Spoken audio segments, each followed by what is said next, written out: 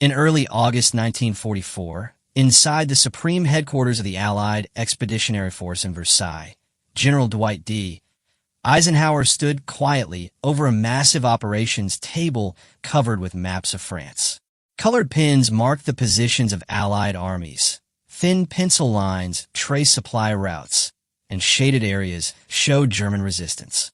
This room had become the nerve center of the Western Allied war effort, a place where every mile gained or lost was debated, measured, and weighed against logistics, casualties, and time. For nearly 2 months after the Normandy landings, progress had been painfully slow. The Allied armies had fought their way off the beaches, but beyond them lay the dense Norman hedgerows, a landscape perfectly suited for defense. German forces had used this terrain brilliantly, turning every field into a fortress and every road into a potential ambush. The war in France, which many had hoped would turn into a rapid advance, had instead become a grinding struggle. Eisenhower knew the stakes. Every day the Allies remained stuck in Normandy meant more casualties, more pressure on supply lines, and more time for Germany to reorganize its defenses. The Red Army was advancing in the east, but the Western Allies needed their own breakthrough. The question that haunted every planning meeting was simple but terrifying. How do we break out? How do we turn this slow, bloody crawl into a decisive movement that could end the war in Europe? Operation Cobra was the answer. It was a risky, violent plan that relied on overwhelming air power to smash a hole in the German lines, followed by a rapid armored exploitation. If it worked, the Allied armies would finally reach open country where mobility mattered more than trench lines and hedgerows. When Cobra was launched in late July, the skies over Normandy filled with bombers. Entire sections of the German front were pulverized. Roads disappeared, communications collapsed, and units were left stunned and leaderless. American forces surged forward through the breach. For the first time since D-Day, the German defensive system in the West truly cracked. Yet even as First Army pushed through the gap, Eisenhower and his staff understood that a breakthrough alone was not enough. What mattered now was speed. The Germans were wounded, but not dead. If given time, they would regroup, form new defensive lines, and slow the Allies once again. To exploit Cobra fully, someone had to move faster than any army had moved before. That someone was General George S. Patton. Patton's Third Army had only just been activated. For months, Patton had been sidelined, waiting, training, and fuming.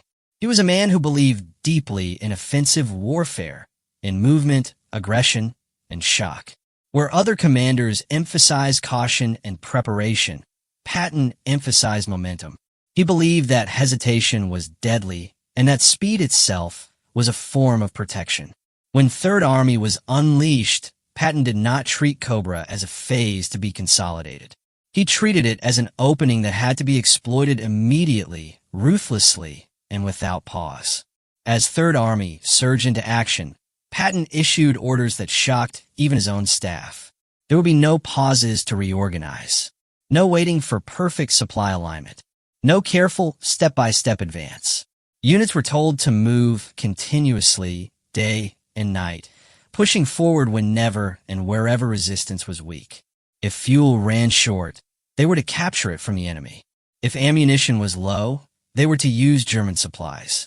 Patton made it clear that the greatest danger was not running out of fuel or overextending supply lines, but losing momentum. In his mind, the German army was on the verge of collapse, and only relentless pressure would prevent it from recovering. The effect on German forces was immediate and devastating. Units that had survived the bombing of Cobra found themselves attacked from unexpected directions. Defensive lines that were still being planned were suddenly irrelevant, as American armor bypassed strong points and raced toward operational objectives. German headquarters struggled to understand what was happening. Reports came in that American forces were appearing far beyond where they were expected to be. By the time orders were issued to respond, Patton's units had already moved on. The question, "Where is Patton?" became one of the most urgent and frustrating questions inside German command posts. Within days, Third Army had advanced distances that seemed impossible. 20 miles one day, 30 the next, then even more. These were not small probing advances, but deep penetrations into enemy territory. At Allied headquarters, intelligence officers double-checked reports, suspecting errors. The numbers were too large. The movement too fast. According to doctrine, no army should be able to sustain such an advance without pausing to consolidate and resupply. Yet the reports kept coming, and they all said the same thing. Patton was exactly where he claimed to be. As Third Army pushed deeper into France, logistical reality began to catch up. Fuel consumption skyrocketed. Supply trucks struggled to keep pace with advancing armored columns. By early August, Patton's quartermasters warned that the army was running dangerously low on gasoline. Tanks and trucks could not run on enthusiasm alone. Under normal circumstances, this would have forced a halt. Under Patton, it triggered improvisation. Orders went out to prioritize fuel for combat vehicles only. Non-essential transport was abandoned. Captured German fuel depots were seized and exploited. Wrecked enemy vehicles were drained of gasoline. It was a system held together by urgency and audacity rather than careful planning, but worked well enough to keep the advance moving. Back at Eisenhower's headquarters, the situation became increasingly surreal. Maps were updated constantly, and each update showed Third Army farther east than expected. In one briefing, officers stared at the positions marked on the map and openly questioned their accuracy. These advances were supposed to take weeks. They were happening in days. Eisenhower, normally calm and measured, found himself repeatedly asking for confirmation. Each time, the answer was the same. The reports were correct. Patton was already there. It was during one of these moments that Eisenhower reportedly looked down at the map, took in the scale of Third Army's advance, and uttered words that would later define the moment. "Good God," he said quietly, "he's already there." It was not just surprise. It was the recognition that something extraordinary was happening, something that defied conventional planning and doctrine. Patton had turned a breakthrough into a rout, not by overwhelming force alone, but by speed so relentless that the enemy could not react. Yet the risks were enormous. Third Army's flanks were exposed. Supply lines were stretched thin across hundreds of miles. If the Germans managed to regroup and counterattack effectively, Patton's forces could be cut off deep in enemy territory. Senior Allied commanders, including Eisenhower himself, wrestled with the dilemma. Military doctrine warned against outrunning logistics. Every rule of organized warfare suggested it was time to slow down, consolidate, and wait for other armies to catch up.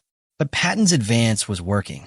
German resistance was collapsing precisely because it was not being given time to stabilize.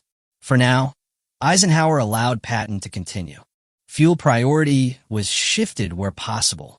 Orders were issued to support Third Army's momentum without completely abandoning the broader Allied strategy.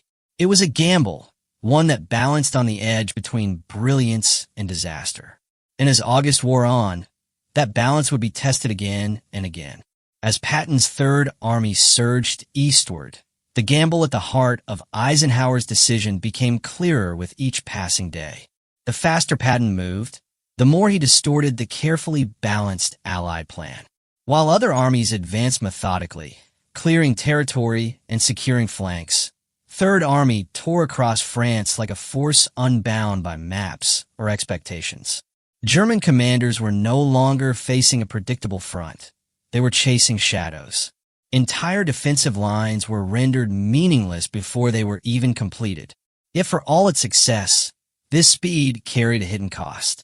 Every mile Patton gained stretched his supply lines thinner, turning fuel from a logistical concern into an existential threat. By early August, the warnings could no longer be ignored. Third Army's fuel reserves were critically low.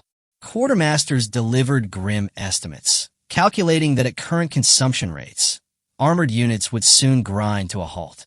Under normal circumstances, this would have ended the advance immediately.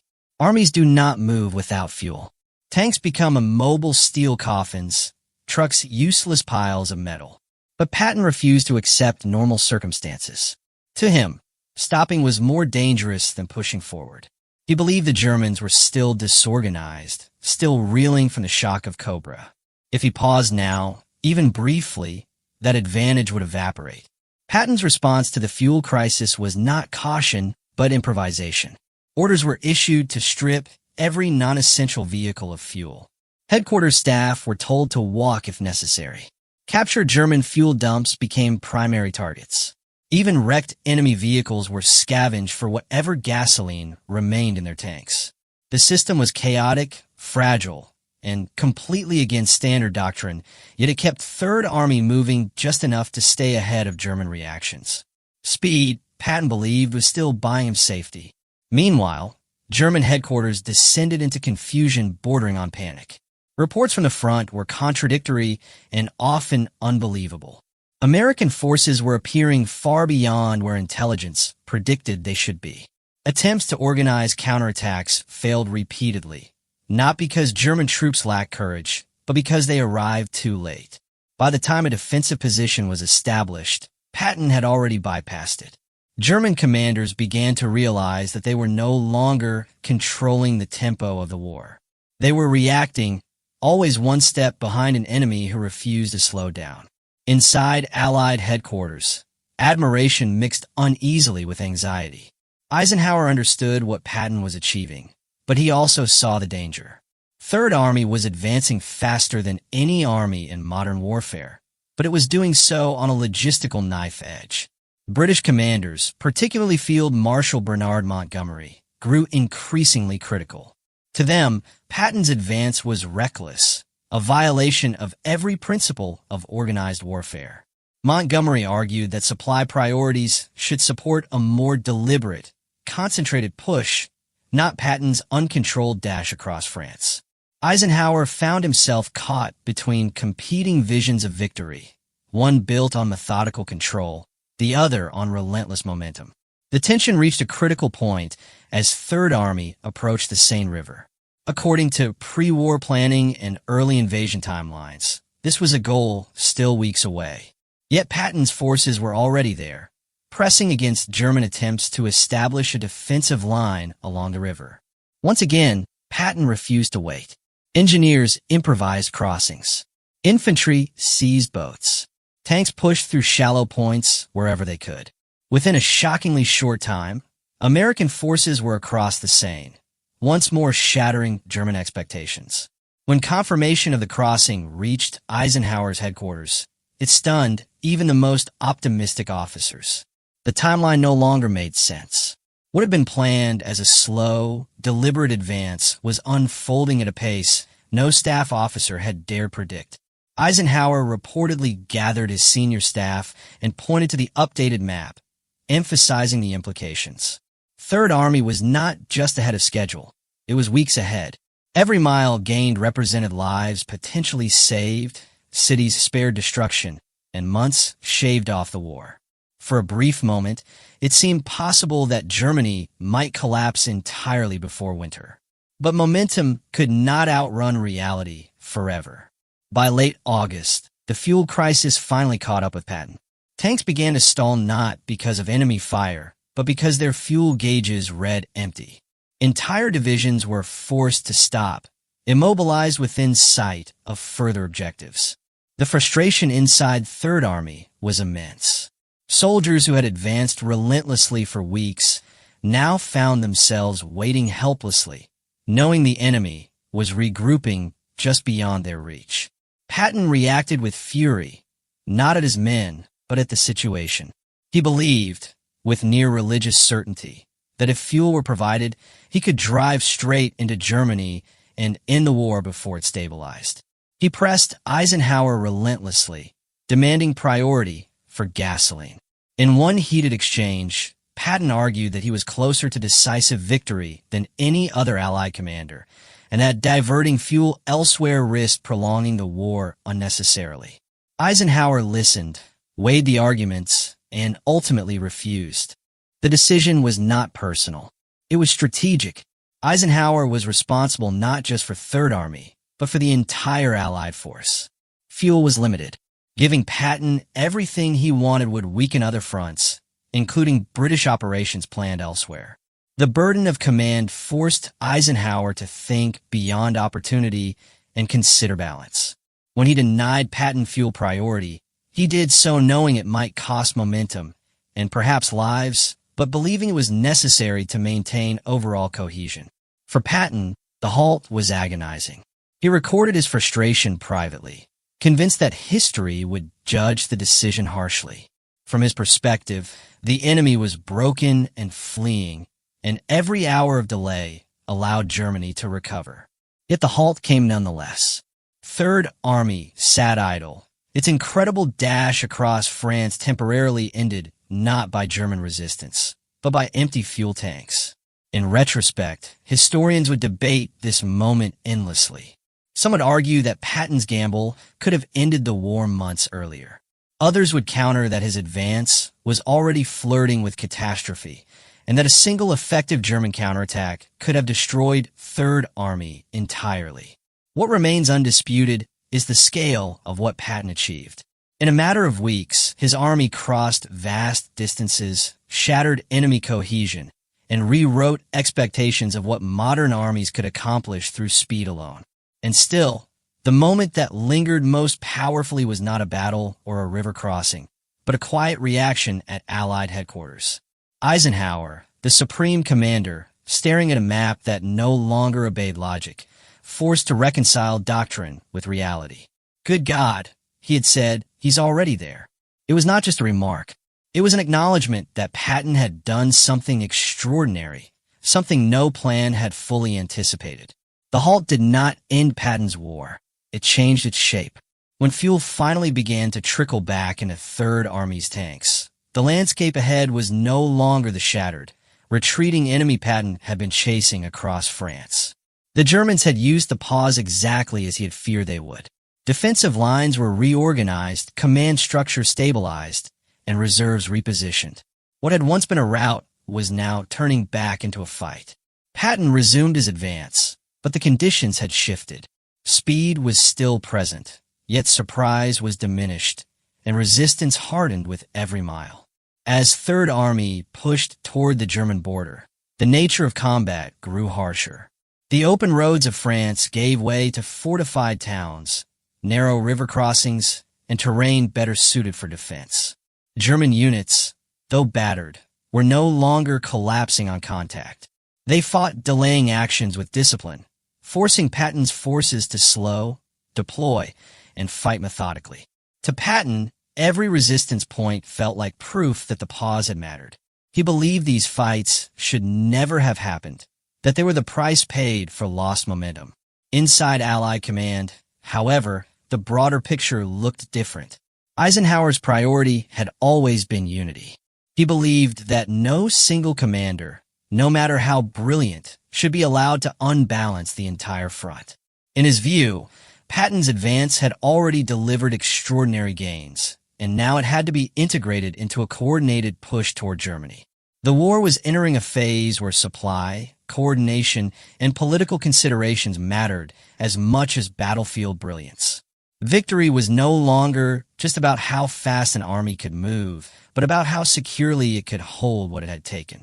The German high command, watching from the other side, reached its own conclusions. After the war, several German generals admitted that Patton's August advance had terrified them. They described it as chaotic, unpredictable, and deeply unsettling. What frightened them most was not Patton's aggression, but his disregard for convention. German planning relied heavily on estimating enemy timelines. Patton shattered those estimates repeatedly. One German officer later remarked that they were constantly preparing to fight an American army that, according to logic, should not yet exist where it appeared. Yet even German commanders acknowledged that the fuel halt gave them breathing space. It allowed shattered divisions to regroup, defensive lines to form, and the Western Front to stabilize long enough for Germany to prepare its last great gamble, the Ardennes offensive. Without that pause, some historians argue, the Germans might never have had the opportunity to launch their winter counterattack. Whether that counterattack would have been possible otherwise remains one of the great unanswered questions of the war. For Patton, the The winter of 1944 brought both vindication and frustration. When the Battle of the Bulge erupted, it was his Third Army that pivoted with astonishing speed to relieve the besieged American forces at Bastogne.